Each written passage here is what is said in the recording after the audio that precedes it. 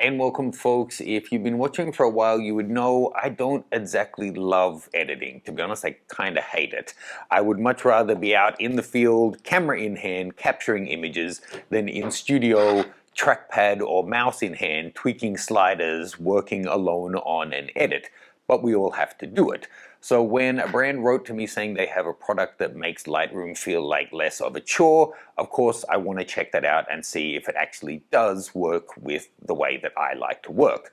So today I'm going to be unboxing and setting up the TourBox Elite Plus, installing the software, getting it all up and running, and maybe more importantly than this guy, which itself is like a console which you interface with one hand with dials and everything.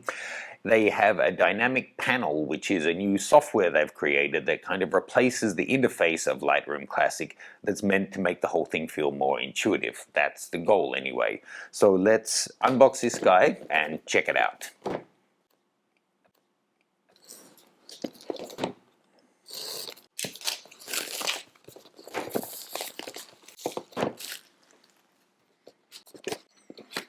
Okay, so in the top, quick start guide, safety instructions. Underneath that, oh, smaller than I thought, but gosh, even through the bag it feels more solid than I expected.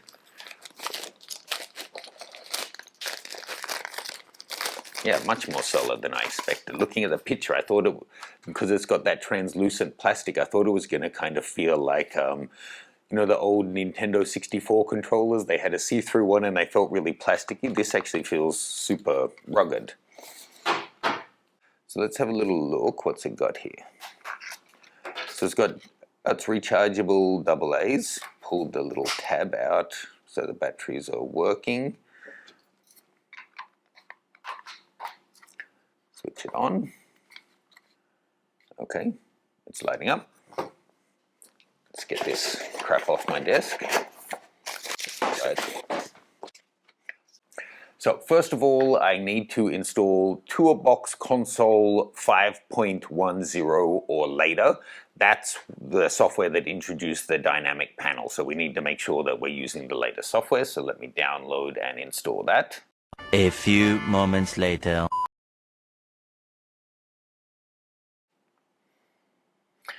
Now in the console, I'm going to choose official Lightroom Classic preset. So that's going to give me the 3 sub presets of library, develop, and other, just as a starting point so I can work my way through this. I don't know, but I imagine something that's going to radically change my workflow is going to have a learning curve. That's why I intend to actually go off and use this for a couple of weeks rather than just film it and give you my day one impressions, because no doubt it takes some time to really get the most out of it. Then once I'm back, I'll go through and show you what I've done in terms of customization, because of course that Lightroom Classic preset that I'm selecting is all customizable. You don't have to stay with that. 5 minutes later. So my first thought is that being able to detach the Lightroom panels and use a floating control panel is huge. You know, often when we're editing video, we'll have timelines on one screen and then the video or the clips in another one. To be able to separate that is really great. And so dragging the dynamic panel to a second monitor whilst keeping my photo on the main screen all works nicely. With the default layout, the major Lightroom sliders are already there, so exposure, curves, HSL, color grading, that kind of thing. And using the knob and scroll wheel, it all feels fairly smooth. I can pick like HSL on the color wheel, then scroll to adjust H, S, and L. That's one of the things I mentioned in the documentation, and that all kind of works fine. So first impressions, it's pretty easy to set up and to just start using, but still I'm sure there's going to be a learning curve to really get the most out of it. So I'm going to continue with this, try it out on a bunch of different projects. I just got back from Peru and have literally tens of thousands of images to get through. So I'll be putting it through real editing tests, doing portrait retouching, color grading, using masks, all of that kind of thing, and using the dynamic panel in Lightroom Classic to see how much this can actually work and if it does speed things up. If it actually brings me enjoyment in the editing process, I'm going to call that a win, because this is not my favorite part of my workflow. So I'll circle back and check in with you in a couple of weeks.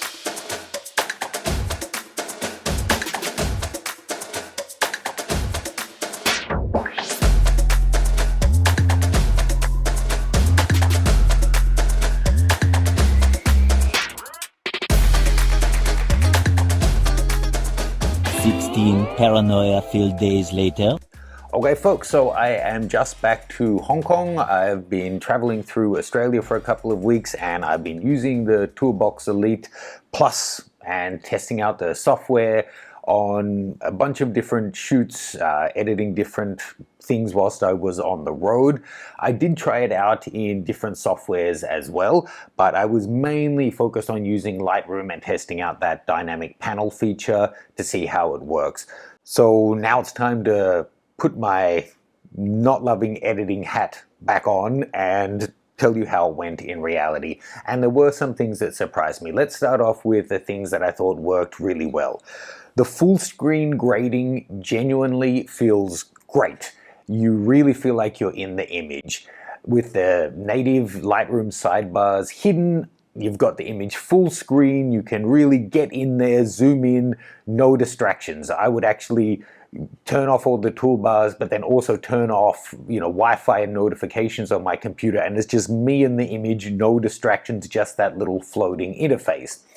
The interface itself worked really well. I can drag it around, I can put it on a second monitor.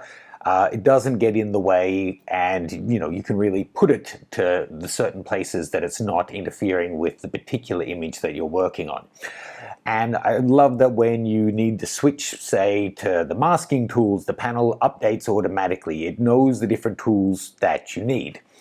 The intuitive color control, it's great. I wouldn't have thought of this, but turning the knob, scrolling back and forward to, say, pick a hue and then fine-tune your hue, saturation, or luminance.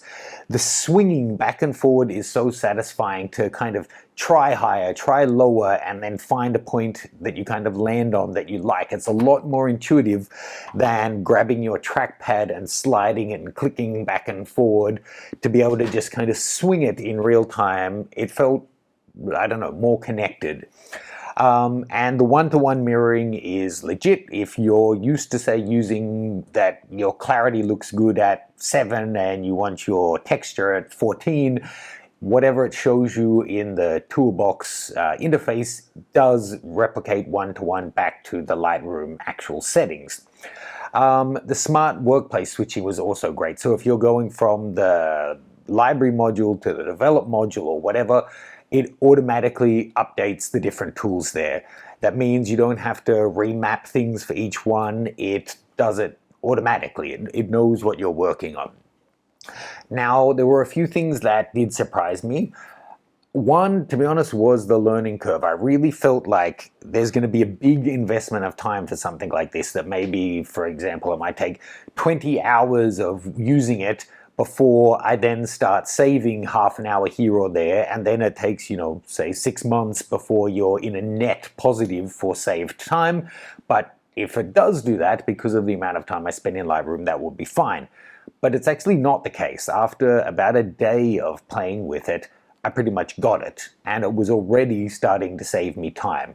Now, I'm sure as you customize it further, as I customize mine further, there'll be more time savings there, but straight out of the box, the setup time just didn't require the investment that I thought it was going to. Also, the default Lightroom Classic preset that it comes with was great out of the box. There were some things that I updated to fit the tools that I mostly use, but I guess they know that these are the tools that 95% of photographers use 95% of the time or whatever, and there's so many buttons and interfaces here and ways that you can like hold a button to change the function of one of the dials, that you can really get access to so many tools without having to leave your hand from this. There are, however, a couple of things that you want to be aware of. Before getting in and taking this trip and trying it out, I read, some forums and got an idea of what people struggled with. And to be honest, it seems like that was almost all coming from previous softwares. I want to be thorough and test out and find if there's faults, but there just wasn't on the latest software. It's stable, and I had no freezing, no crashing, no delays. I didn't find as I'm swinging my settings back and forward that there was lags or anything like that. It just worked great. So I would say make sure you're using the latest software, because they're updating it all the time, and whilst it's stable now, new features will be coming. Another thing would be that because the dynamic panel floats and we're using, one screen might be 1080 and another's 2.7K and another one's 6K, that the size of the overlay can be tiny if you're on a really high resolution screen. So beware of that, but I spoke to the team and they're already working on that fix, so we should see in an upcoming firmware, or a software, sorry, that is resolved and you're able to adjust the size of the overlay, which will be great to add to being able to move its position. And another thing is the showstopper here, which is the dynamic panel, is currently only supported by Lightroom Classic. Okay folks, just jumping in here in edit, I just got some updated news. Yes, as the moment this video goes live, it's only supported by Lightroom Classic, but they are working on bringing it to new software, and it'll come one by one to things like Capture One and Camera Raw. But on December 15th, the first new one is coming, and that's Lightroom Standard. So it won't matter if you're using Classic or Standard.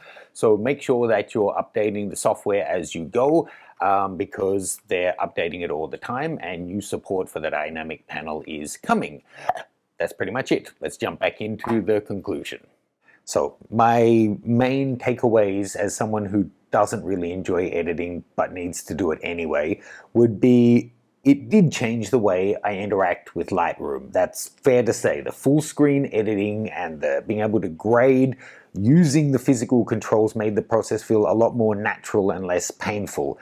It's might look like kind of a video game style controller with a random array, like a Matisse painting of, or a Picasso of random buttons, but actually when you get it in the hand and that they have different feeling to them, and they're right under your fingers, it just makes sense that you can get to things, and importantly, you don't need to look away from what you're doing. Whereas if you're looking up to the side to find the right scroller and then panning down through all of the different Lightroom tools to find the slide you need to move back and forward, you are constantly leaving the image to find the tool. Here, you don't need to take your eyes off the image, and after playing with it for a few hours, you'll know where the buttons are and be able to get really quick access to everything. That said, it's not a magic wand, obviously. It is going to still take some setup and some kind of a learning curve, although it's not as protracted as I expected. And of course, depending on what monitor you're using and what version of Lightroom you're using, there may be some, issues that you need to think through. But for me, using laptops and desktops and external monitors, and I am using Lightroom Classic, it works great for me. Now, before I give you my full conclusions and recommendations, let's actually jump in and do a quick image edit. Okay, so here is a shot I made in Bangkok with Amy. This was shooting with the Hasselblad and the 90mm lens. And the classic way that you would look at this with all of our toolbars open. So first of all, let's close all of them. Won't be needing them. And let's open Toolbox. This is normally running in the background, but I just did it this way so that you could see the whole process. Okay, so here's our overlay down in the bottom right-hand corner. If I move into the Develop module, so I'm now going to hit the bottom on my cross there, that's Tone. And Saturation, let's make it a black and white. That's quite easy to do in many different ways. Then let's jump up to white. So I'm going to bring my highlights as well. See what I mean? The process of just kind of swinging to find the right place is looking great. Okay, so let's jump in and take a look at presence. I'm just going to add a little texture. Now I'm just going to open this guy. This is kind of showing me my whole workflow. Open it up in Reblum. Taking a look at her skin tone there. It's such a nice little adjustment. Really keeps the skin tone, makes everything looking great. For me, this is a great little 1-2 edit that you do your main edit in Lightroom. You can see I don't do too much in Lightroom, but then I jump into Reblum to get any little skin imperfections and it's one of the few kind of creative AIs that I actually do use. And I'm just going to bring the overall exposure up just a little. And we're pretty much done. If you're not already following on Patreon, make sure you check it out. The full behind the scenes of this shoot in a bunch of different scenarios, different outfits, different styles of shooting with Amy has already gone live. So, time to wrap this guy up. It's a bit counterintuitive. I expected that a hardware solution like this would add complexity and make the process be about the interface, because it is so different. It's got all these buttons and dials and stuff that your attention and focus are going to be on the interface.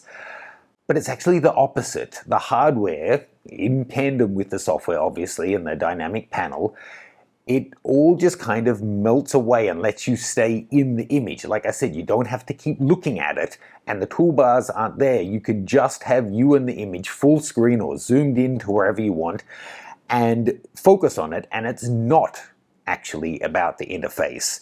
So I would say, if like me, you're someone who uses Lightroom Classic and you do find yourself toggling through different panels, squinting to see the right slider, find the process a little bit cumbersome, this is, I think, I don't like the term game changer, but it's a big win. It's more enjoyable, and I do think it's more precise, more intuitive, and I can't believe I would say it about editing, but more fun. Maybe not outright fun, but more fun than using a mouse or a trackpad.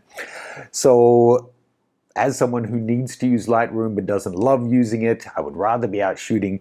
This does make the whole process feel like less of a burden and more of an extension of the creative process without all of those distractions. Let me know your thoughts. What are you using? Have you tried one of these guys? If you are already using one, make sure you are using the latest software, and you can see full details below on this and anything else mentioned in this video. Thanks again to Toolbox for sending this guy out and sponsoring the video, and I hope you guys enjoyed that one.